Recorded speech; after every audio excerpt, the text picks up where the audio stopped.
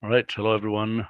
We are doing Wolfram Language Design Review, part of our incremental language development series, and we are talking about items that were listed in past years on a list of so-called low-hanging fruit. The fruit is obviously not as low-hanging as it might be because nobody's picked it in a bunch of years, but we're going to be starting to we're looking at more of these. I don't know exactly how long the fruit has been on the tree. All right, let's take a look at some of these. Okay, graphics multi-column.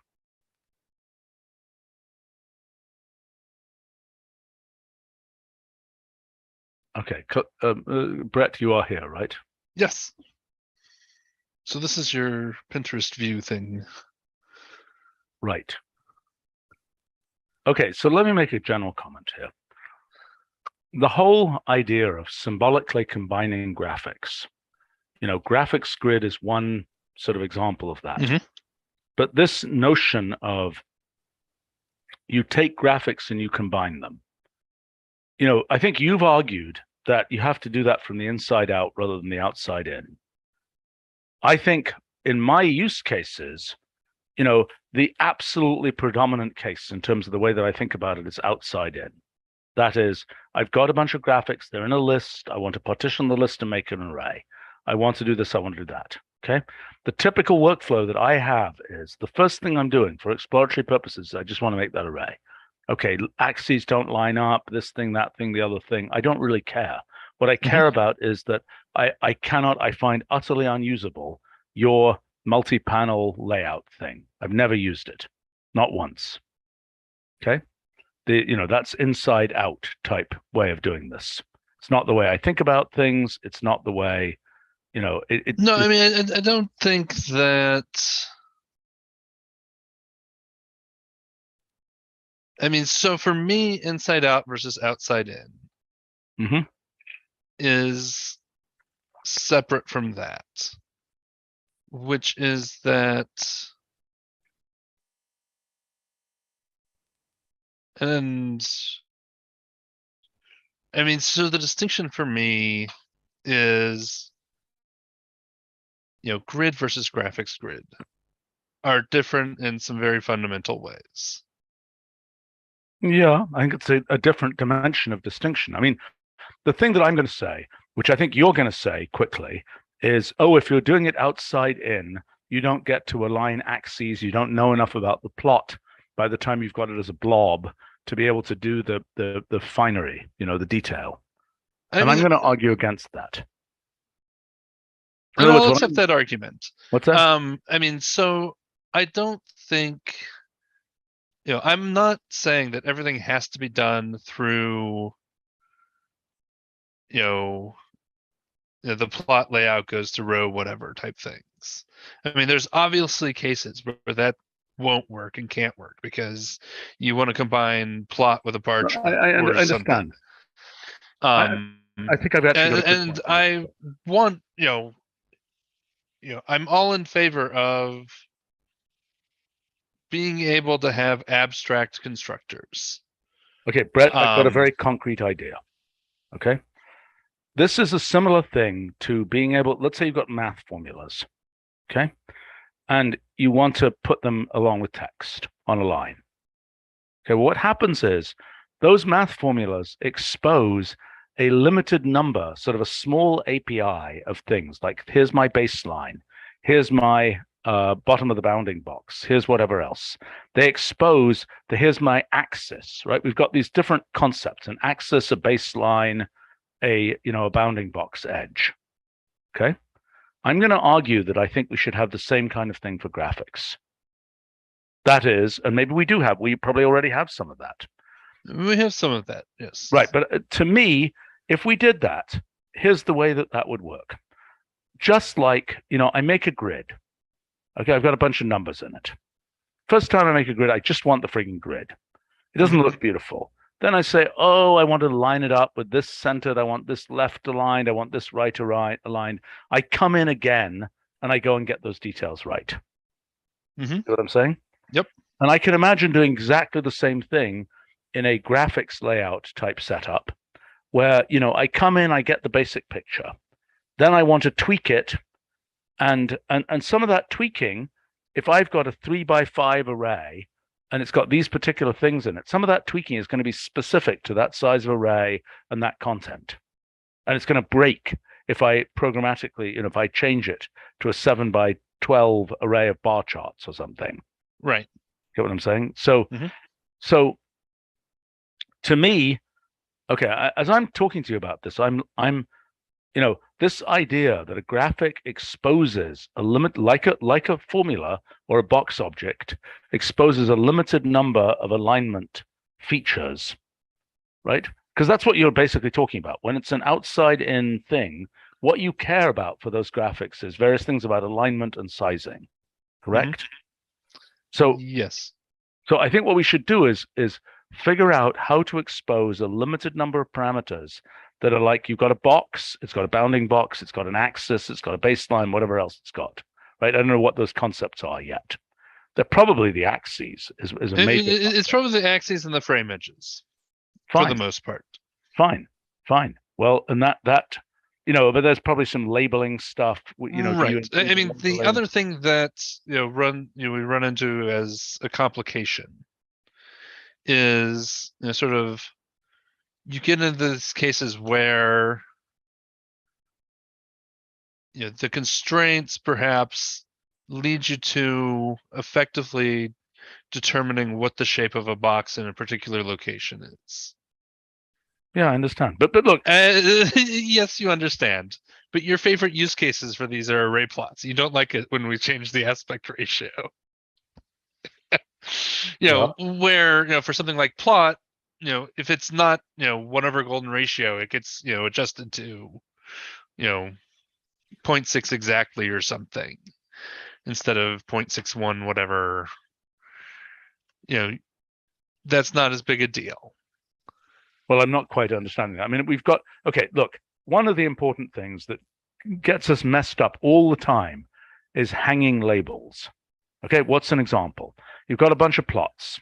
They're more or less aligned, except one of them has a scientific notation label. And so it goofs out. Okay? Now, to me, that would be resolved by having this notion of a frame alignment or a bounding box alignment. Bounding box alignment includes the labels. Frame alignment, which might be the default, doesn't include the labels and aligns the frames, but not, so the labels hang out different distances. And again, it's not even clear, okay, probably you want the descender of the 10 to the 6 to be lower than the descender of the 3.4 or something. You know what I'm saying? As in, you want the 10 to the 6 to be pushed down, so that 6, so the bottom of the frames are aligned. Oh, okay. Yes. Right? Because you were thinking of on the bottom edge, I was thinking on the left edge. Oh, I'm sorry. Yeah, okay. So I'm thinking that right. Okay, but look, to me, and by the way, this might be rather easy to do, and I think we should look at it. This concept, because we've already got the concept. We don't have anybody who knows in detail about the box alignment story, do we? No. I don't think so. Okay. So I think you should think about this and bring this back to another meeting. An exposure mechanism for a set of parameters for any graphic. And let's say you've got a ternary, one of those ternary plots. Okay? And where's its axis? I don't know. One of them is, is off at some weird angle, right? I know where one of them is. Yeah. One of them is easy. One is easy, right? But I mean,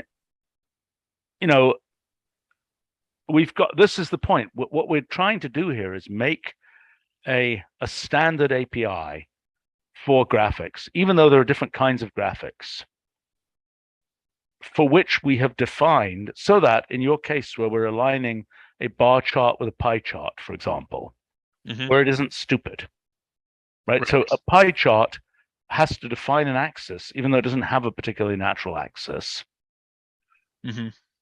so that it can be aligned with a bar chart, which does have an axis. And maybe a pie chart has a center, which a bar chart does not. And a bar chart would have a sensible definition of a center. So for every plot type, doesn't the pie chart have an axis? It's just not displayed. oh, you mean if you put an axis in? I mean, it's not an intelligent axis, but Yeah, okay, fair enough. Fair point. I mean, okay. So it does have some definition of where the axis would be, but I'm not sure. I think when I use the term axis, I'm not sure that I mean the place where the axes would go. Am I making sense? There might be cases where the axes. Well, I understand, but I'm not sure. I understand what it is you're trying to say, but I don't know how one would define that. No, I understand. So it's the I don't know, we could call it the key axis. I mean, bad name, but you know what I'm saying. Let's say we've got a plot that has 4 different x-axes because it's using one of our modern, multi-axis kinds of things. Okay. Yep. How do we align that 4-axis thing with a little bar chart that just has its default frame? Right? Now, you could obsess about that, but or we could just have a notion that is, here's what we should do. We should have an idea, just like we do for typesetting, alignment, arrow, whatever. Well, I don't know. I'm not sure the typesetting way of doing it is the best way, but perhaps what we do is we have this notion of the alignment axis, okay, the horizontal and vertical alignment axes, let's say. We might need both top and bottom ones and left and right ones, okay? So we have the alignment axis. And then this is reminding me a lot of, like the guides that you have in a page layout program, or that work for aligning multiple things. Right. Well, okay, that's reasonable. But then what would happen is inside the graphic, you would say alignment axes arrow, and then we might have named things like, lowest axis, or, I know that's a confusion of the word axis, but, or it might say, it might have so there's a way of defining what the alignment axis is supposed to be. So in other words, okay, if what we're saying is you're going to make a grid of some kind, it might be this Pinterest-like grid, it might be a, an ordinary grid, it's some kind of grid. And that grid thing is going to pick up certain alignment axes from its contents. Okay, like this one cares about the horizontal alignment axes, but it doesn't care about the vertical alignment axes. Am I making sense? Right. Okay. Yes. So, and maybe there needs to be a concept beyond alignment axis, which is sort of outer bounding box alignment, in addition to the alignment axis. Okay, the alignment axis would be the frames align here, but then there's another piece, which is just give me enough space, which could include padding. Give me this much space around me. Okay, there's one thing to align, and the other is how much space do I need? Do you get what I'm saying? Mm-hmm. Exactly. And so I mean, I think if those things were provided as graphics options, pretty universal graphics options, a bit like image size is a pretty universal graphics option, then that would give us, and then for each graphic, it could have known to it ways of defining what the alignment axis is. For example, if you have a multi-axis plot and those axes have names or something, it could use those names. It's what it's trying to do is it's trying to expose, sort of, it's like a biological cell exposing random, things on the cell surface or something. It's trying to expose certain things on the surface of the graphic so that graphic can be combined with other graphics. But the method, the how it's exposing it is its own internal business, because in the end, all it's going to return is basically, here is the axis, here is the coordinates of this or something of this axis that is the thing that will be aligned with other things. Does that make sense? Right. This is a good idea, by the way. This is a really quite I mean, I will give you the example that's going to be problematic, or that's going to require more thought. Right. Okay. So imagine you have two plots in a pie chart, Yep. and the pie chart is in the top right corner of a 2x2 grid.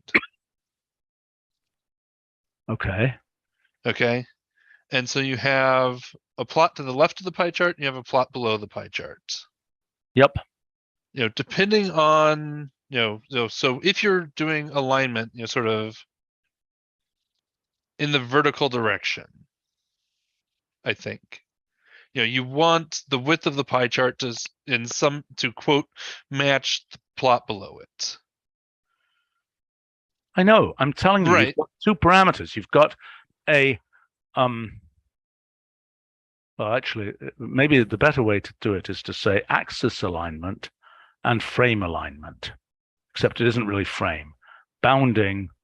I mean, it's basically the image range and the plot range are the first two things that you want to be able to control. Yeah. But I mean, well, I don't know. What is image range? Well, okay, do plot of, whatever with frame goes to true.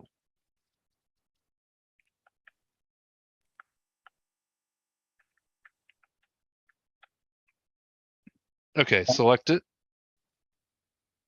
So you care about those orange lines and you care about the frame lines. Yep.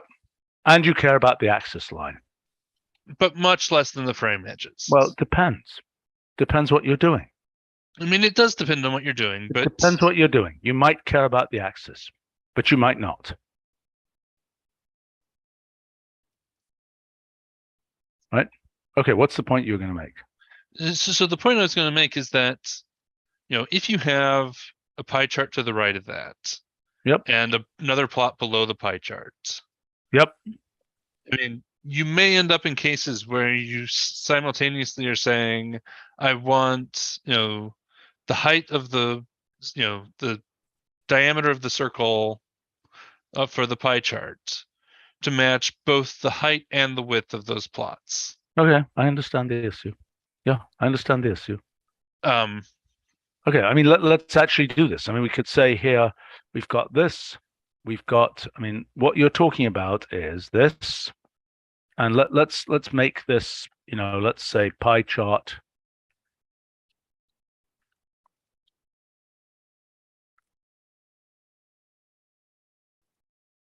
just, two more plots.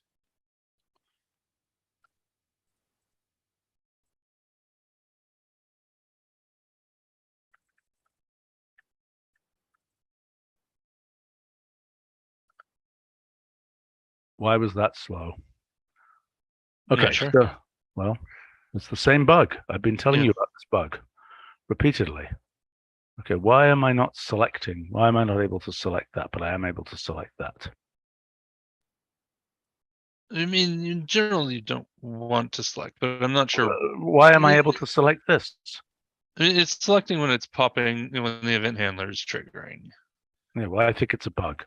That, I mean, this should be consistent. Okay, so Yeah. you're saying that determining the size of that.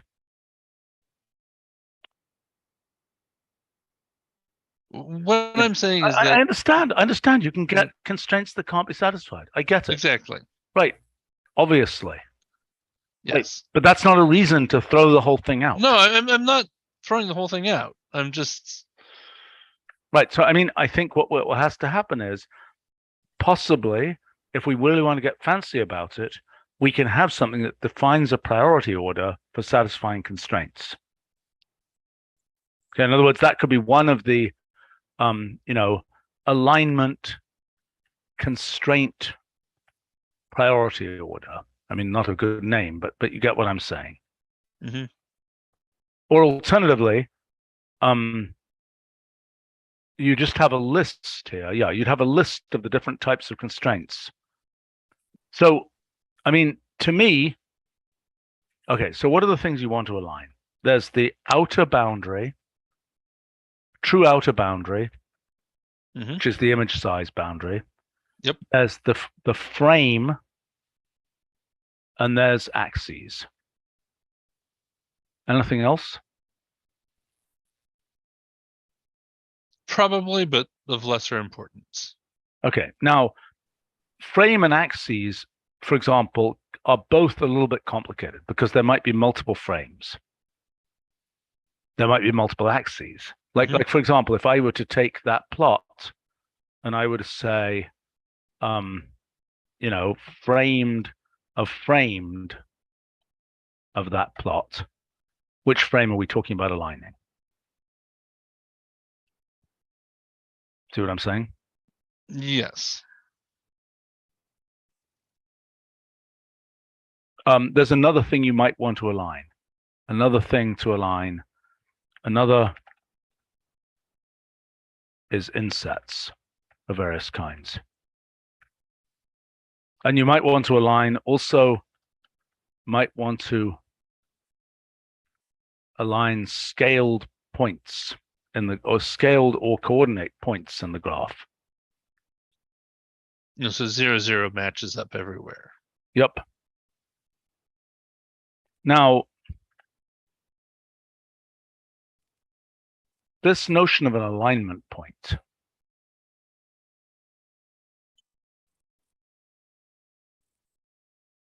is sort of relevant to this, I think.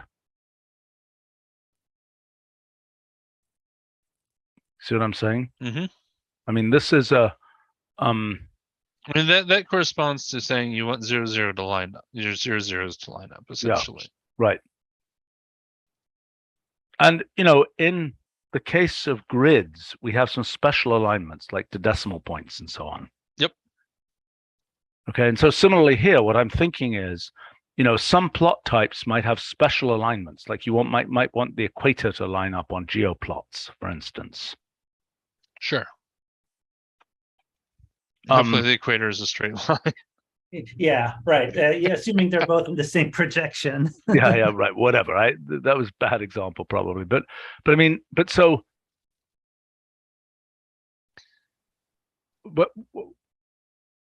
okay. This is what is exposed from inside the graphic as an alignment, as a guide, so to speak. Okay. The second question is, don't you need more than just the guide? Don't you need both what aligns and what bounds things? Because you could align, but then it could crash into something, right? You see what I'm saying? Yes. There's no good having it. In other words, if you align and if it could crash into something, then you've got to push the thing, then you've got to rejigger the whole display to avoid crashing, right? I mean, so in other words, the objective is, align what you should align, avoid crashing. And maybe we have an option that allows crashing. You see what I'm saying? Spacing goes to negative numbers. Yeah, well, right.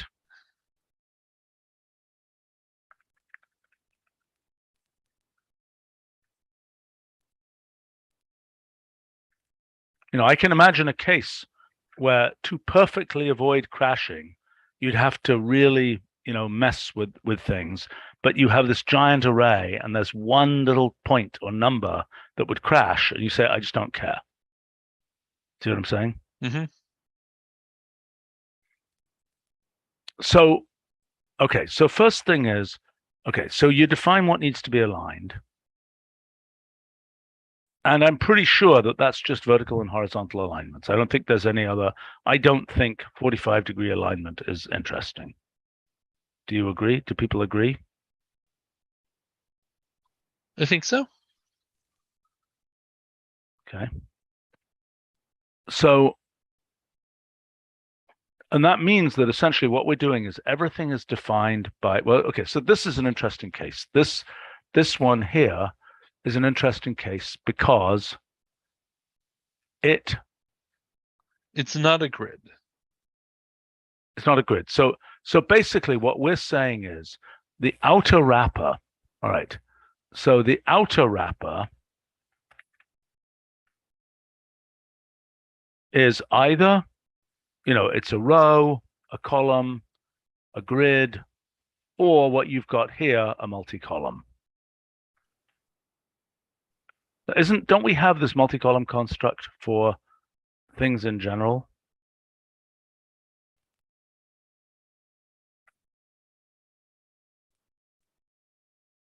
Right. So we have it, but I think it always generates something that's grid-like.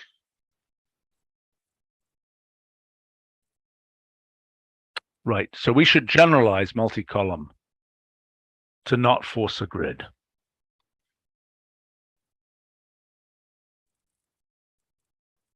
I'm sorry, I must have missed something. What are we, what does it mean for multi-column that doesn't force a grid? Like what Here. this example is, where The columns are defined. I see. Now, I don't actually know if the columns are defined here. I mean, in other words, did this? that one is 20 columns wide. Okay, but these pieces are clearly connected to each other. I don't quite know how this was assembled. In other words, did you say what's in every column? I said what's in every column. Well, I mean, it computes what's in every column. Okay, but it does that by saying, because I mean, clearly those things up there are connected to each other, right? And it's happy. Well, I mean, they're connected to each other in what sense? Well, I mean, I assume that in the generation of this, there were a bunch of sublists, and those were the first elements of a bunch of sublists. No. Okay, how did they end up together? This took a flat list of things. Why did those guys end up together? And okay, so starting from the top left corner, the first plot is that big tall left one. Yep. Second one is the second big tall left one. Right? Oh. And then so we're reading across, basically. If these were numbered, the numbers would go across. They would go 1, 2, 3, 4 across here, and then they've got to whatever it is, 20 or something. Then 21 is down here. Is that right? Where's 21? 21 is let's call it column 11, row 2. Why? Because I'm trying to minimize the overall height. I see. So you're filling in like Tetris or something. I don't know what kind of style. You're filling in where you have hung down least. Exactly.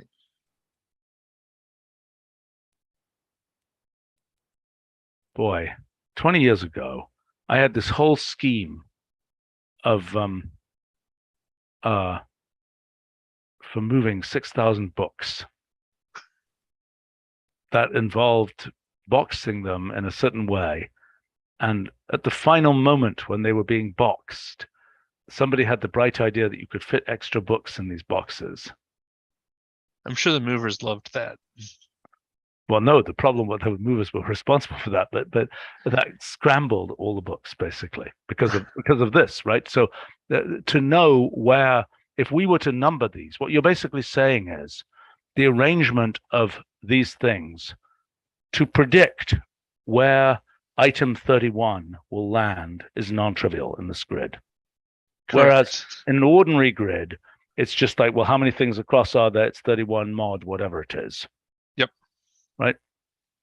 So here it could be a kind of messy to do that. So this is relevant in a case where what you're trying to do is just display these things, but order doesn't matter. Correct. Okay. And fortuitously, this worked out nicely. Crystal on our live stream says, reminds them of the cell layout algorithm, CLA, where you put weights on cells you want to prioritize. I don't know about that. Sounds interesting. I mean, we've also, this whole, okay, we might have the wrong people here to really discuss this.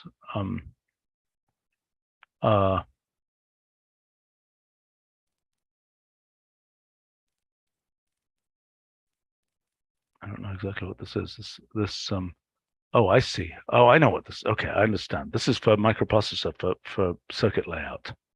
Ah, Yeah, there might be some relevant things there. Where there are certain modules that you're trying to lay out on a chip.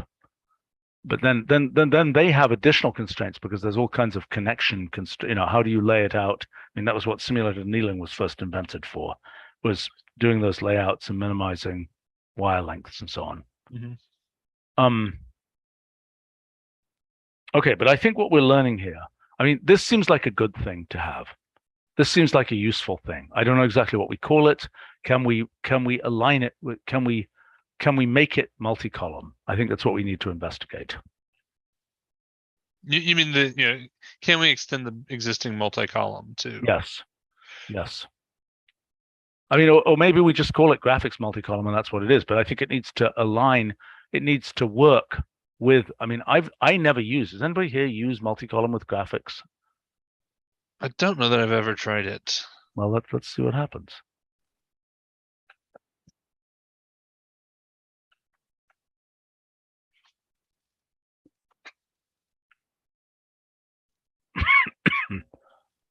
Grid with the indicated number of columns. That's not very good. Flatten the list. Oh. Okay, so if I put in here, let's just do the following. Let's just say, I mean, if you go to, I think I have, plots equals your list of arrays, array plots. well, hold on. Oh, I see. Okay, fine. Yeah, okay, great. Let's do it. But I was going to just say random choice here. Ah, yes.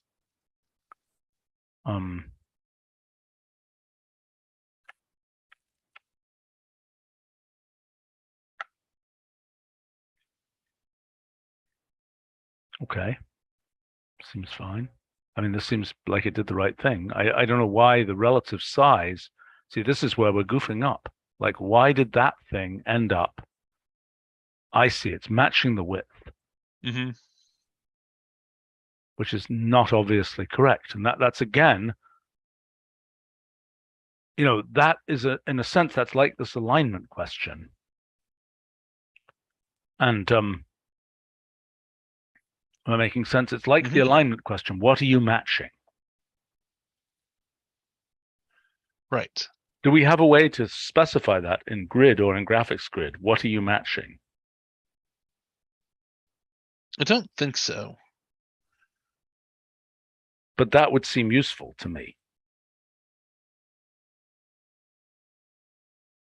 I mean, in a sense, that's like outer boundary matching, outer boundary alignment. If we specified outer boundary alignment, the vertical outer boundary alignment, but not the horizontal outer boundary alignment, then we would be able to specify this. See what I'm saying?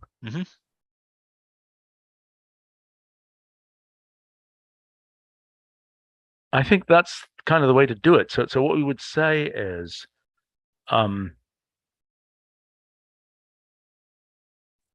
maybe we have an association form in which we say horizontal arrow, vertical arrow, or we have a list form in which we, by the way, another thing that we really should think about is fluffing out the specification of grid options to allow an association-based version.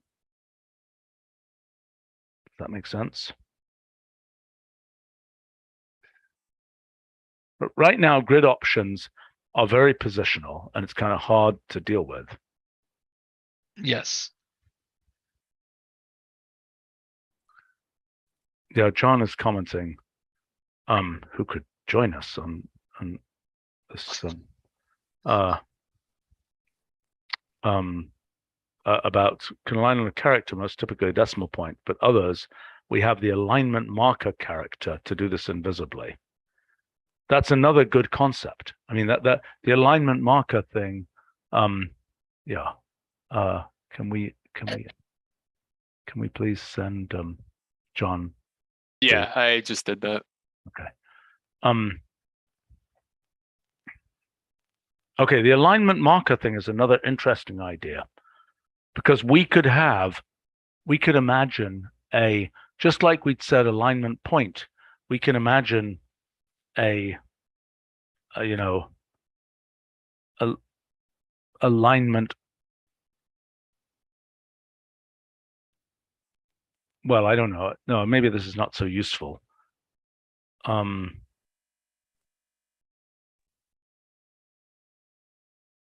Yeah. Okay, so here's an idea. So let's say that you have a disk in your thing. This is an object in the graphic to be used to define alignment. You see what I'm saying? Disk is a little complicated because you have to say where in the disk. But then you probably I was going to say, is it the center of the disk? Is it well, then you have to specify the it. You have to extents of the specify disk are lining up? You have to specify it, right? You'd have to specify it, or you could give something like the same thing that we do for inset, where you're giving the relative position inside the disk. But I mean, that makes a lot more sense to do if it's a point or for example, okay. So if this was a graph, I can absolutely imagine that you might have a node that is called that has an alignment object wrapper around the vertex name. See what I'm saying? Mm-hmm.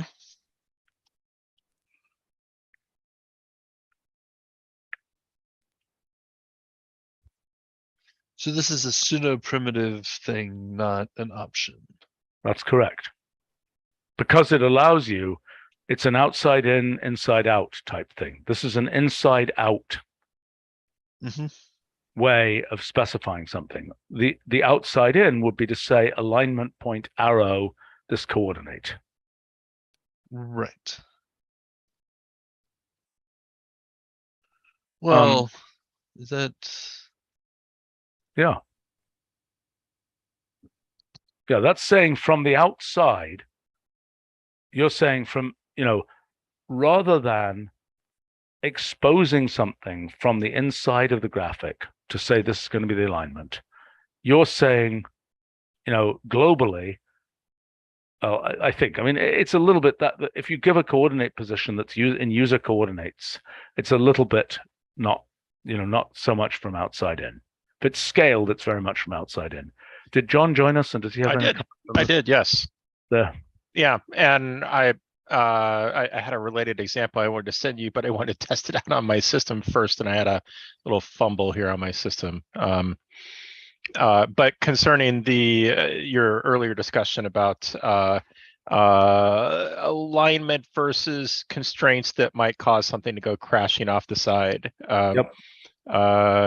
Jason Harris did something recently in Grid, which and I'll just go ahead and throw the example in chat, and you can try it. I'm still installing the latest version, but I think this should work. What version can I show? What?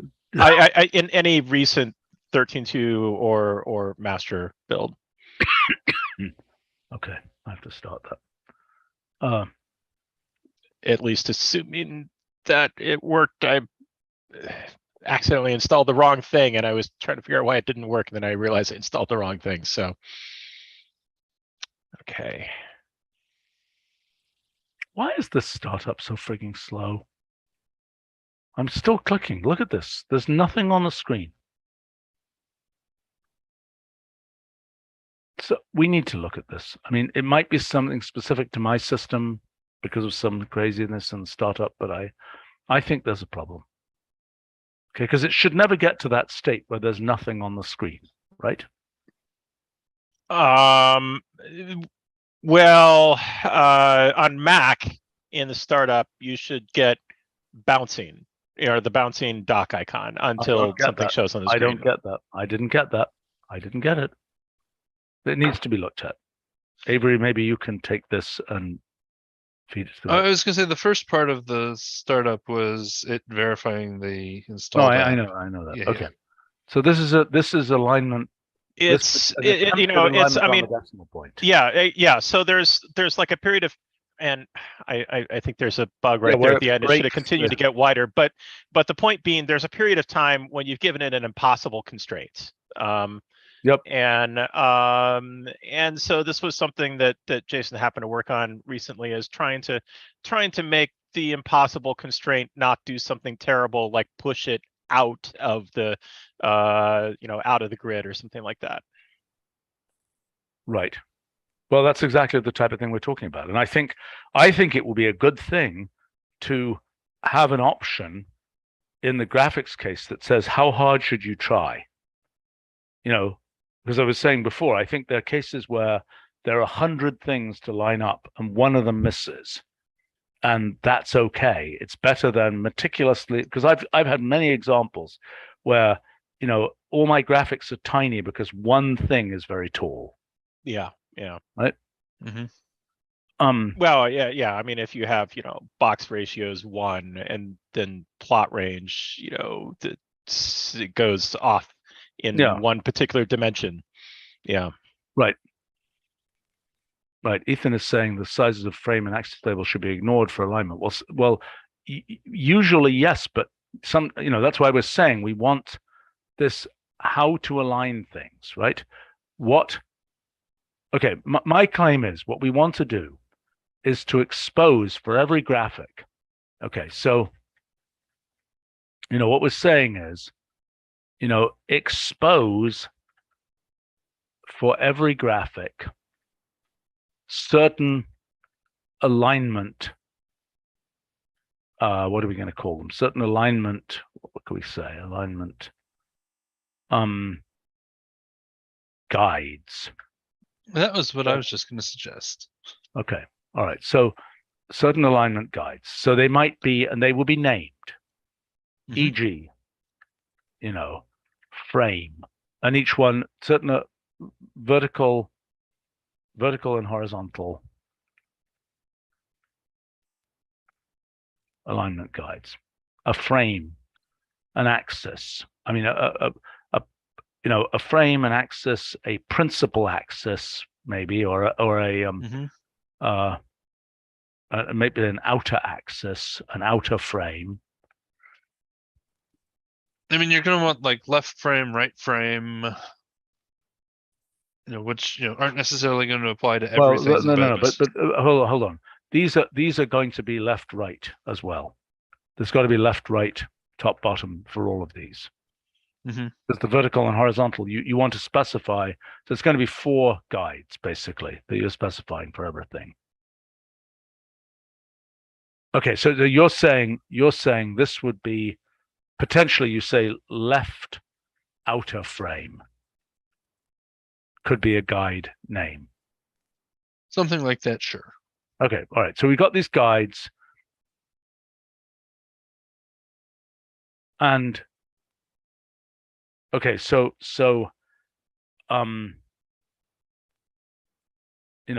content would be, e.g., alignment object.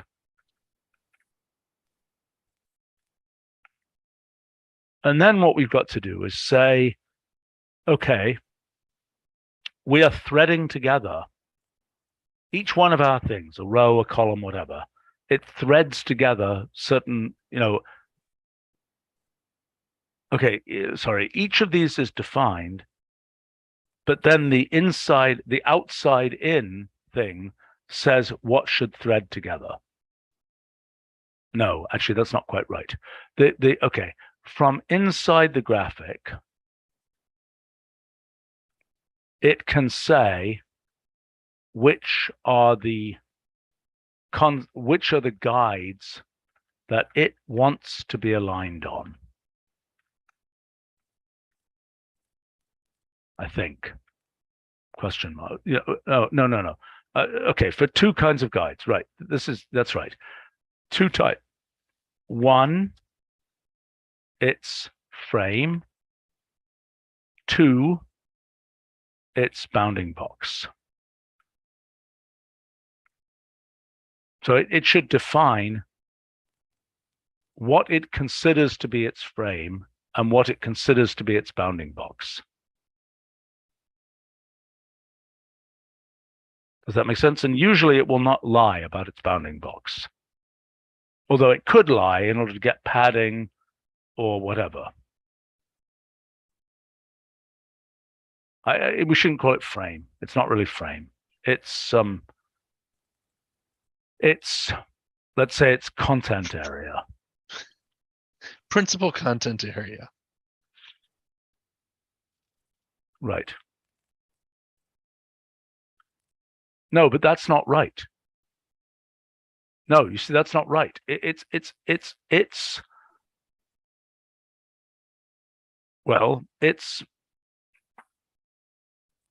Drat. You get what I'm saying? It's the thing that should line up. Mm-hmm.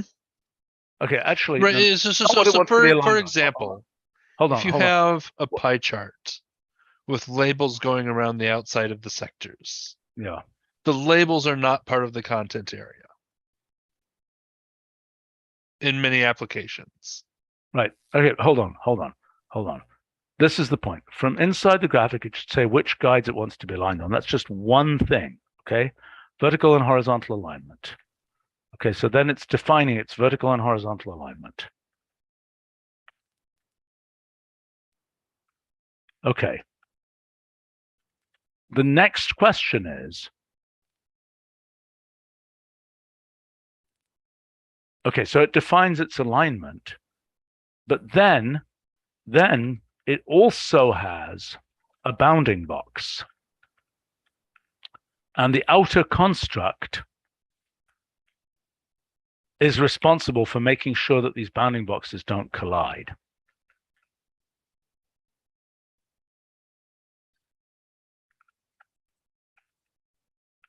See what I'm saying? So it's going to try, like in the example that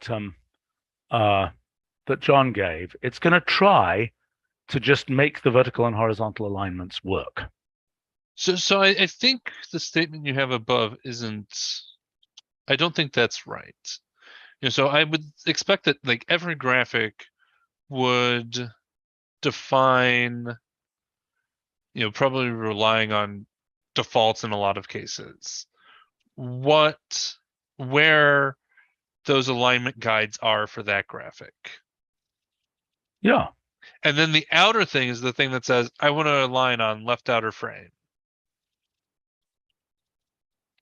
And make sure that the overall bounding boxes don't collide. So you're saying, okay, I see what you're saying. The typical thing will be, I made a bunch of graphics. I did a graphics grid. They default aligned based on bounding boxes. See what I'm saying? Because that's going to be the easy default, is aligned based on bounding boxes. But then I say, oh, that looks ugly, because bounding box is safe. It's always going to work, right? But it might look stupid because things, might be bouncing up and down. Okay. So then I say, okay, no, I don't want that kind of alignment. I want, I see. So then you're saying the convenient thing to do at that moment is to put a single option into the outer wrapper that says actually align these by their frames, for example. Yes. And then it will just work, hopefully. Right. And, pie chart would, potentially have a way of saying my quote frame. No, that's what we're saying above. Is this. Yeah, right. And then, so the user, if they want to, so the outer thing says align on frames. The user could then rejigger what counts as the frame in the pie chart, for example. Correct. So it could define, essentially, this could be something like alignment rules or something. And it would say, define the axis to be whatever it is. And I don't know, there might be named pieces of the graphic, for example. Right. Or something in the plot range coordinate system or whatever. Yeah. Or some other coordinate system or. This is good. We should have figured this out years ago. Think this through. I think this is a winner. This whole general idea. I think this is going to solve the problem of, making essentially nicely aligned arrays of plots without the, inside to outside type stuff. Meanwhile, I agree with graphics multi-column that it's a good idea.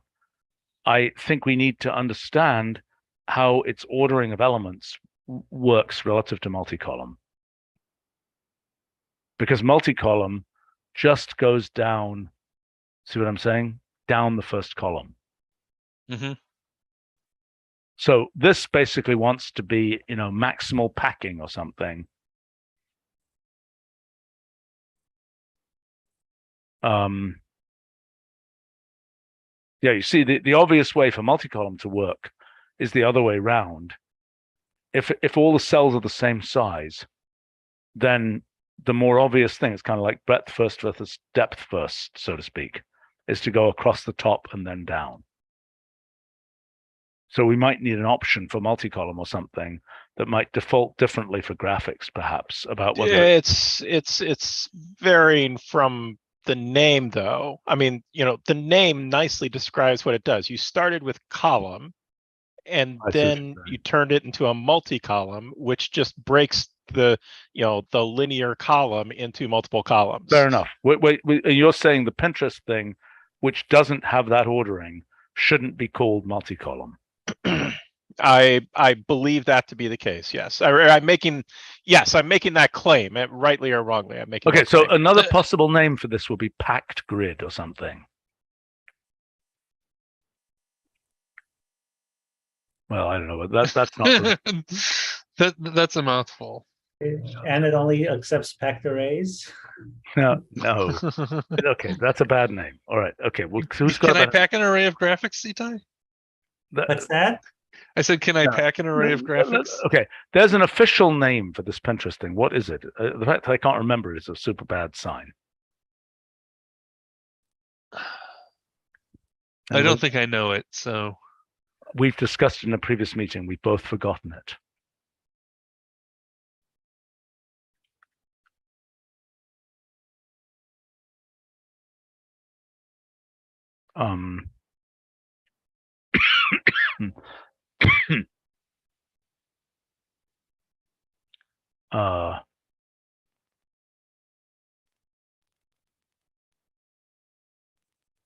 Masonry layout. That's apparently what it's often called. That's bizarre.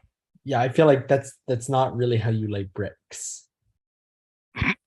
Well, I mean, you're No, it depends how so regularly Christopher- sized your bricks It's are. sideways, at least. I mean, Christopher, you're thinking of the case where the bricks are all the same shape.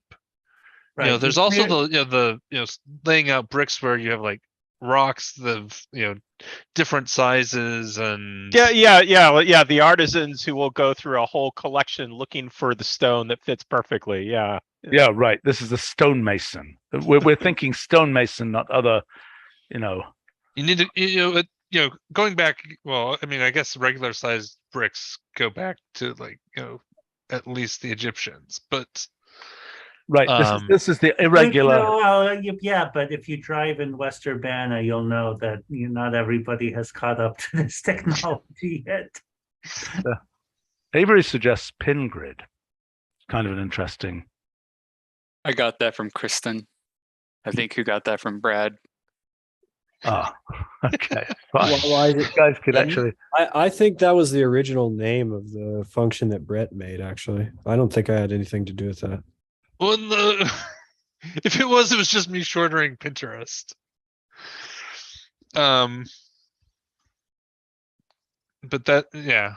So why is it pin? When you say pin grid, it makes it sound like it's a grid where certain elements are pinned in place or something. Yeah. Because I was mimicking Pinterest and I didn't want to type out Oh, I Pinterest. see. So I just cut it off after 3 letters. Okay. But okay. So this. What the heck? It's really a column packed grid. It's a pretty weird name. Graphics column packed. Maybe it's like a ragged multi-column or something. Except that it isn't, because it's it's the breadth first multi-column, which actually isn't columnar. Well, but what is the defining difference between this and multi-column? Is Multi-column goes sort of down fixed each in- column. Multi-column chops down the columns rather than trying to pack it. Whereas this Right. packs it to minimize the height. No, right. Which I mean, Yeah, but maybe something like column collage, because what we're doing here is similar to image collage. Yeah, actually, I think the word collage is good Yeah, because it that's makes it clear that the actual layout is going to be pretty arbitrary, but it will hopefully look nice. Right. That is an interesting idea. By the way, let's talk about how image collage relates to any of these constraints. So in a sense, okay, so we've got this notion of, types of outer wrappers. Okay. So we've got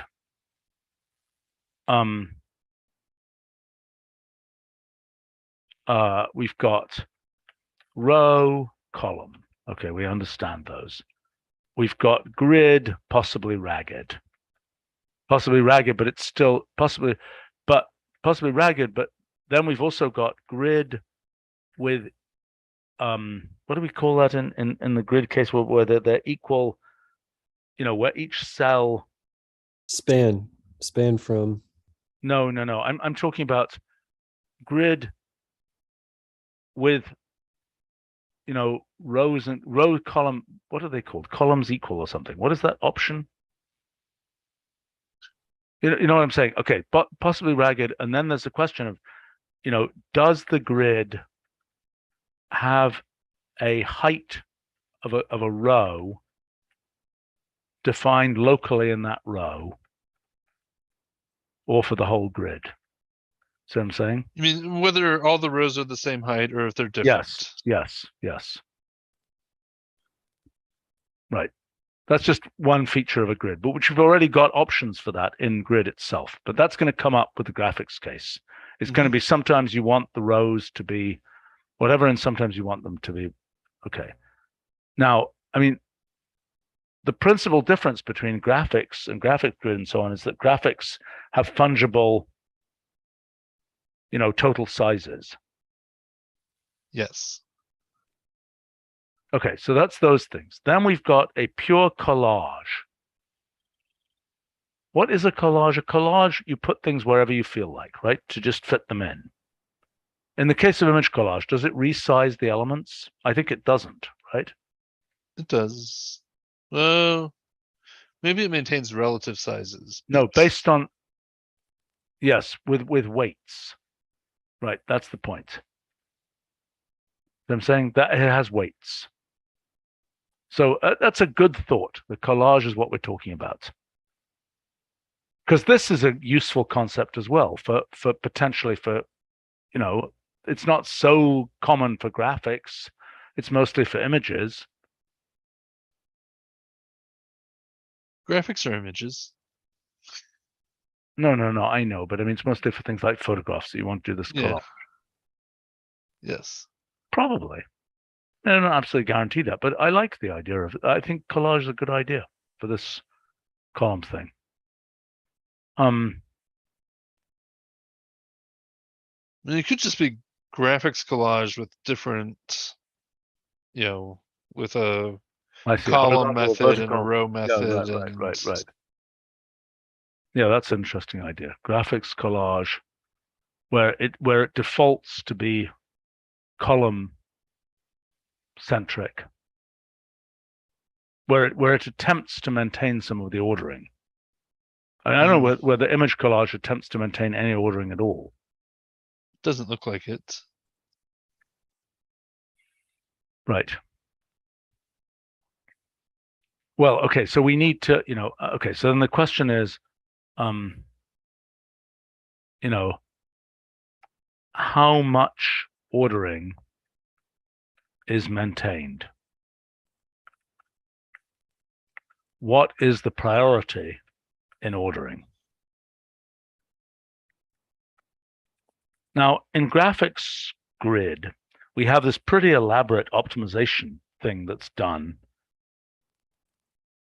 to deal with things of weird aspect ratio.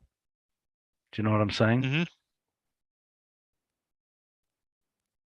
And that's, again, relates to the how hard should you try.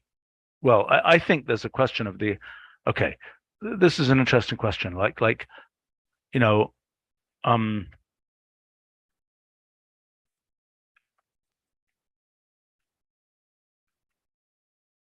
it's like, how hard should you try to accommodate a certain size?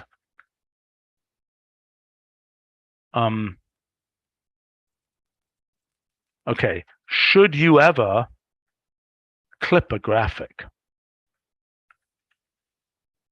Because I can imagine there are cases, if we want to do this properly, where the thing is super tall.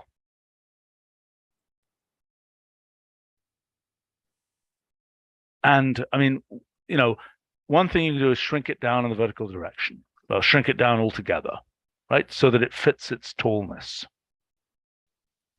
Another thing you could do is clip it. Does that make sense?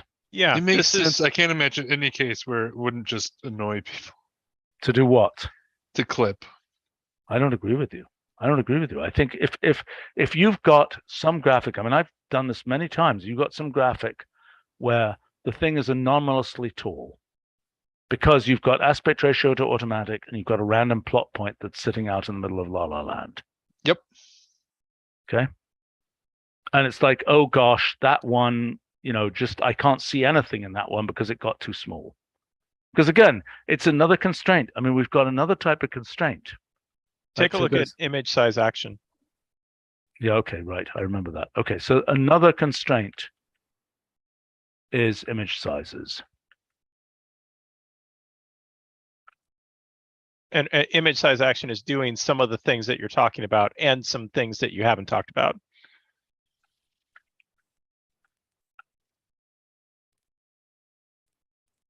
Open up the details and you'll see the list there.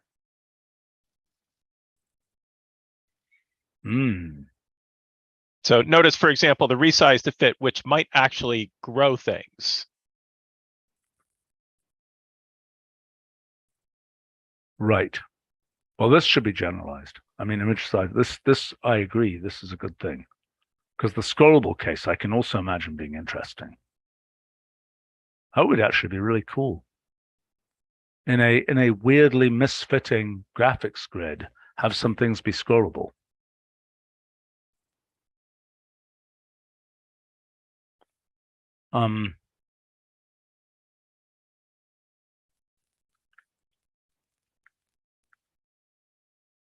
Okay, we're going to have to wrap this meeting.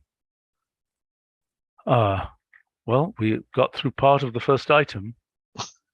No, this is a good, this honestly, this conflates with the graphics padding and alignment meeting that I wanted to have separately.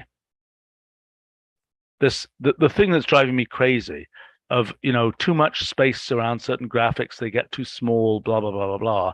I think this approach we're talking about here would solve that, because you would simply align on the frames and you would, you know, again, yeah, I mean, look, a different issue, Brett, is buffer space for graphics.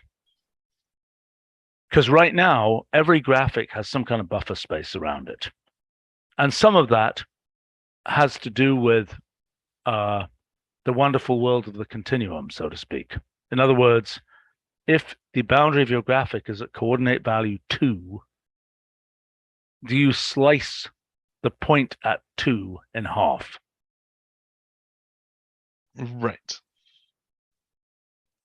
And or more to the point, if there is a frame at 2, you know, what happens to that frame? And this is like closed and open intervals or some such other thing. I don't know what the right way to think about it is.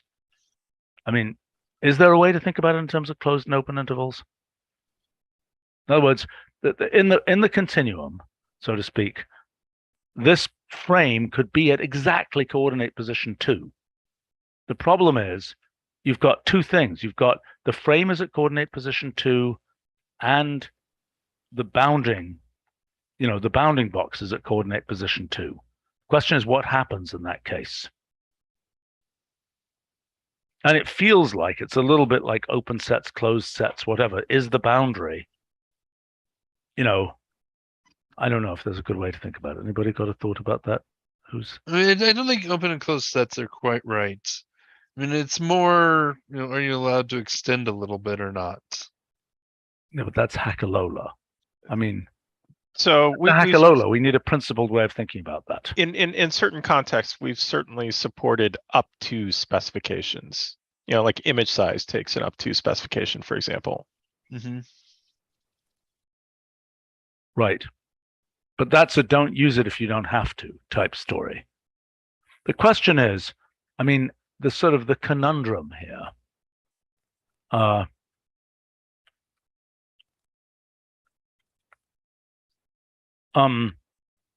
Frame and bounding box at the same coordinate position.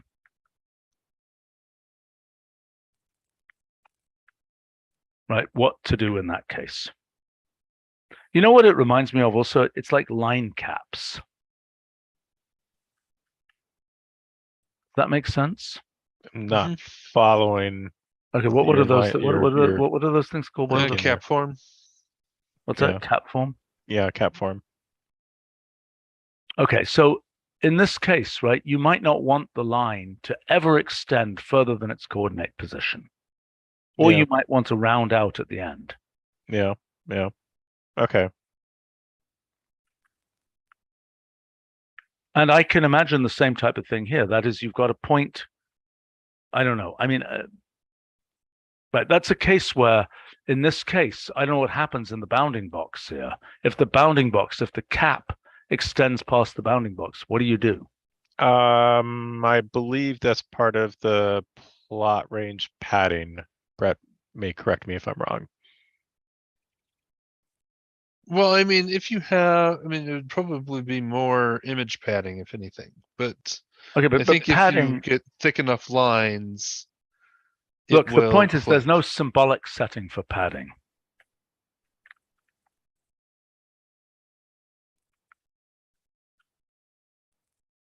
Yeah, I mean, in general, this is the same sort of problem as, plot a sine wave with a really thick line, and you're gonna have to have more space around it, not to chop off that line.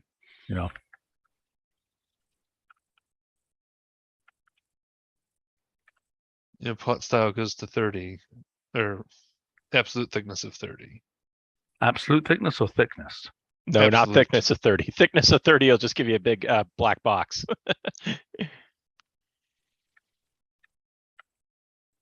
Yeah, see, look at that that horror up there.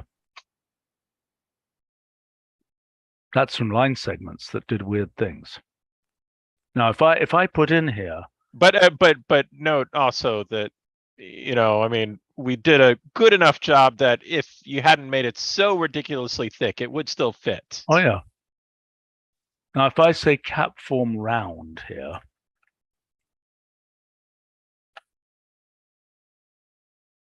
that's interesting. I mean, to some extent, that's a Mac specific thing. For various performance reasons. Yeah, I understand that, but look at the way this is chopped at the top. Like that's an issue. And cap form would have no impact on that, right? I mean, we see the effect of the cap form on the side. Oh, I see what you're saying. Okay, but the chopping, you see, this is a case where we don't know. This is a case where the padding is kind of just a hack, just a heuristic.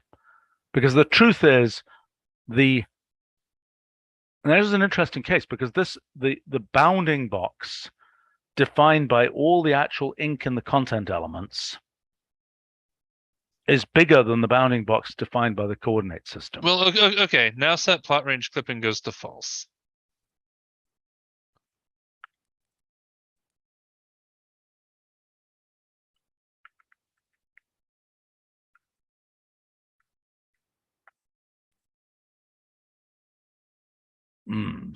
So it's a little bit different around the 0, 0. Oh, so it is. All right, can we get a separate custom meeting about all this stuff about you know, graphics alignment, graphics clipping, etc. Please. And with plot range clipping false, once you specify enough image padding, then everything comes in. So if you like add to that image padding 10, that will be enough then. Isn't that a lot of image padding? I it- just, no, I that- just, that's an I just absolute, chose a never mind. random number that worked. See, No, one no, bad I- sign here is that I think, for example, Brad here has been working on a lot of detailed graphics stuff.